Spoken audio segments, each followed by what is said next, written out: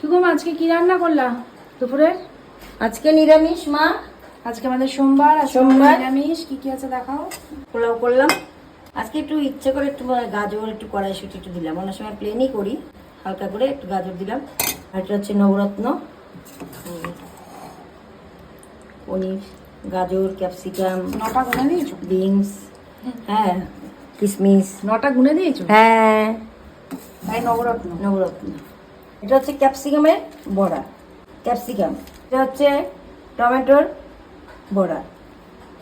এটা হচ্ছে জোয়ান পাতা, জোয়ান পাতার বড়া। গাছ লাগিয়েছি, সেই গাছের জোয়ান পাতার বড়া। এটা হচ্ছে ফুলকপি, ফুলকপি বড়া। সব ছোট ছোট করে করেছি ইচ্ছা করি। এখনকার ফুলকপি বড় বড় ভালো লাগে না, গন্ধ হয়ে। এই ভাজা পুরিটা না হলে আবার আমার, ওর বাবার আবার একটু ভাজা পুরি চাই, পোলাওর সাথে একটু ভাজা চাই।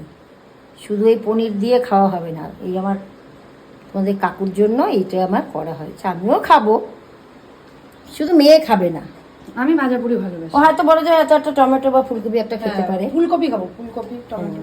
তাছাড়া কিছু খাবে না। দোকানের টক দই দিয়ে যদি দইটা পাততাম, দইটা আরেকটু শক্ত হতো। এই প্যাকেটের দই দিয়ে দই পেতেছি, ওটা খুব একটা তোমার শক্ত হয়নি, তাই না? তবে আমি ডিপের মধ্যে রেখেছি বলে একটু এরকম লাগছে, একটু লাল লাল লাল লাল হয়েছে, কিন্তু খুব একটা শক্ত হয়নি। টাটা।